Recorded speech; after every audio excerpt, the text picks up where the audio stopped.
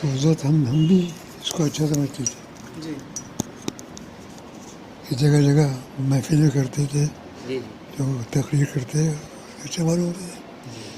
لیکن اب آخر میں تو یہ بالکل بیکار ہو گئے کہ اللہ نے سلام بھیجا ہے خیال الیاس قادری پر، کہ رسول اللہ نے سلام بھیجا ہے الیاس قادری پر. جی یہ اس قسم کی غلطی بہت سی آتی ہیں، ان سے بالکل اب تبدیلی وہ پیدا ہو گئی. حضرت فرما رہے ہیں کہ شروع میں جو ہے وہ دین کا اچھا کام کر رہی تھی، جگہ جگہ محفلیں کرتی رہتی تھی، لیکن بعد میں دعوت اسلامی والوں نے جو غلط بیانی کی ہے اور جھوٹے اور من گھڑت خواب بیان کیے ہیں، اللہ اور اس کے رسول کی شان میں گستاخیاں کی ہیں، تو گمراہ ہو گئی اس بنا پہ، گمراہ ہو گئی اس بنا پہ. بھٹکے ہوئے جی. کتاب میں ہوگا شاید حضرت آپ نے اسی مدد میں ان کا کے امیر جو ہیں ہندوستان کے مفتی عبدالحلیم صاحب، جی وہ میرے پاس بھی آئے تھے اچھا اور مجھ سے کہا کہ آپ اس میں شریک ہو جائیے.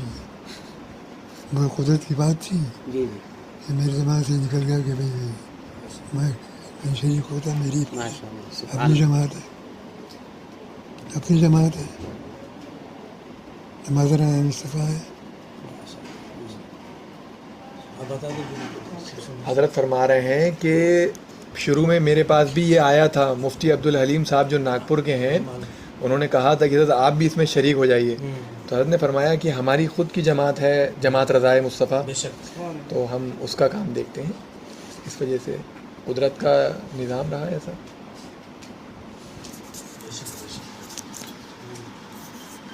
چینل کی عظمت بٹھانے کے تاکہ لوگ جانیں کہ مدنی چینل کیا چیز ہے.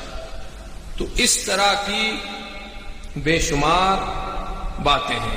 اب یہ مدنی چینل کی عظمت، اس کے بعد دیکھیے کیسے کیسے ترکیبوں سے جماعت کی فضیلت، کتاب کی عظمت. اور کتاب کی عظمت کیا ہے کہ ایک موقع پر اللہ کے رسول جلوہ بار ہیں، دائیں حضرت ابوبکر ہیں، بائیں حضرت عمر رضی اللہ تعالیٰ عنہ، اور صحابہ کرام کا مجمع ہے.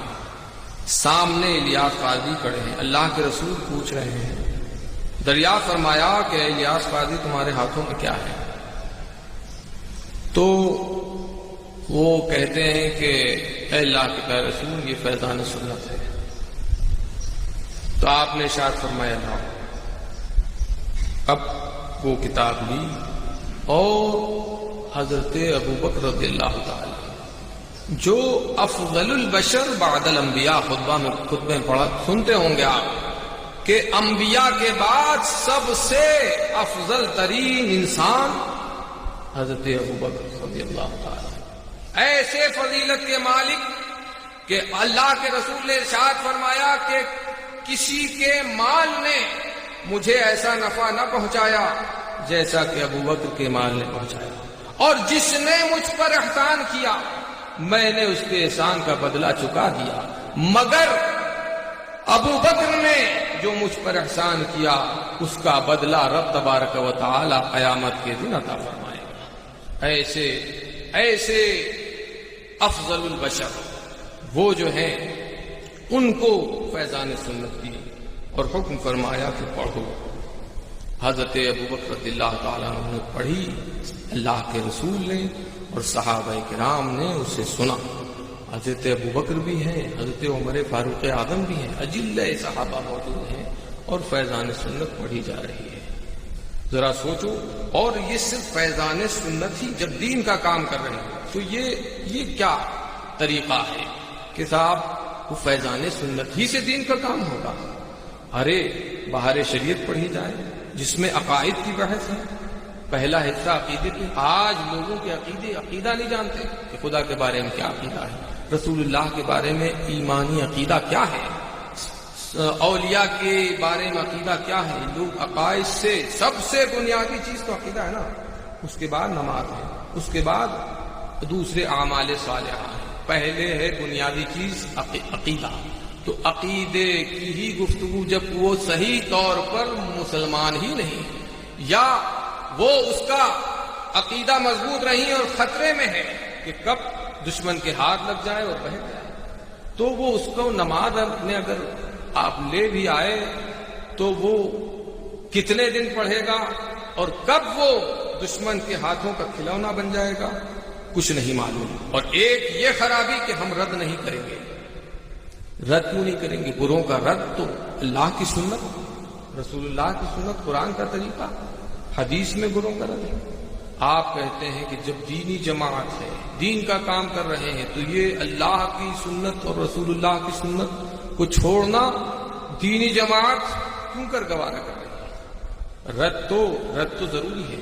دشمن کی شناخت، آپ اپنے دشمن کی شناخت کراتے ہو، بیٹے کو وصیت کر جاتے ہو، بیٹا دیکھنا یہ میرا دشمن ہے، اس سے ہوشیار رہنا. تو اس طرح کی بہت سی باتیں ہیں جس کی وجہ سے علماء اہل سنت نے اس جماعت پر جو ہے اس جماعت سے بیزاری کا اعلان فرمایا ہے. لہذا دیکھیے بریلی شریف کا معاملہ یہ ہے کہ جانچا پرکھا ہے آپ کا. تقریباً میں نے حساب نہیں لگایا، اندازے سے کہہ رہا ہوں کہ 200 برس سے دینی خدمت انجام دی جا رہی ہے، لوگوں کی دینی رہنمائی جو ہے کی جا رہی ہے. اور الحمدللہ وہاں سے کوئی ایسی بات دین کے خلاف ہو جو دین سے ٹکرائے، ایسی کوئی بات وہاں سے نہیں کی جاتی.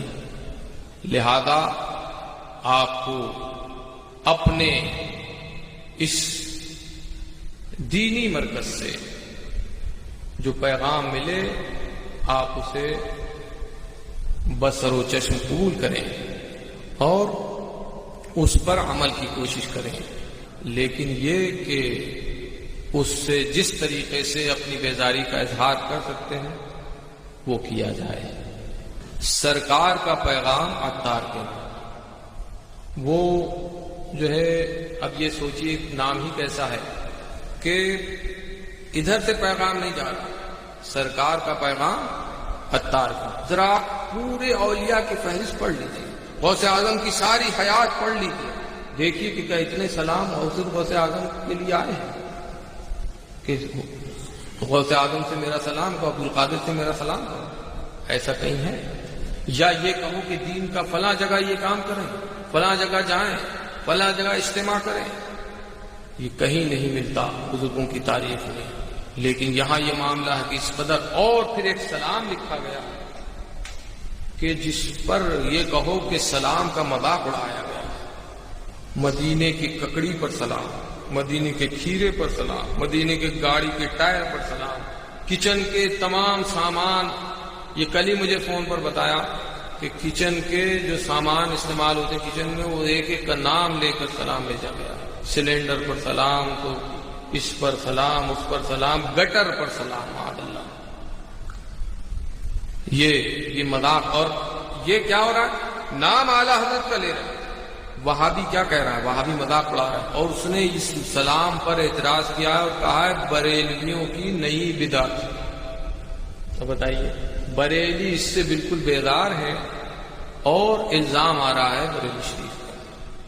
کام یہ کر رہے ہیں، نام اعلیٰ حضرت کا لیتے ہیں لیکن بالکل مسلک کے خلاف، اعلیٰ حضرت کی تعلیمات کے بالکل ہٹ کر ہیں. اب یہ برائی جو عام ہوتی جا رہی ہے وہ اسی وجہ سے کہ لوگ حق گو کا ساتھ نہیں دیتے. سچی جماعت جو ہے وہ دینداروں کو بھی سے بھی واسطہ ہے، اور ادھر بھی بیٹھ رہے ہیں ادھر بھی بیٹھ رہے ہیں. دو چہرے. خدا را اس سے پرہیز کیجیے اور ایک زبان ایک چہرہ بنائیے. درنگی چھوڑ دے یک رنگ ہو جا، اور سنگی چھوڑ دے سراسر موم ہو جا. رب تبارک و تعالی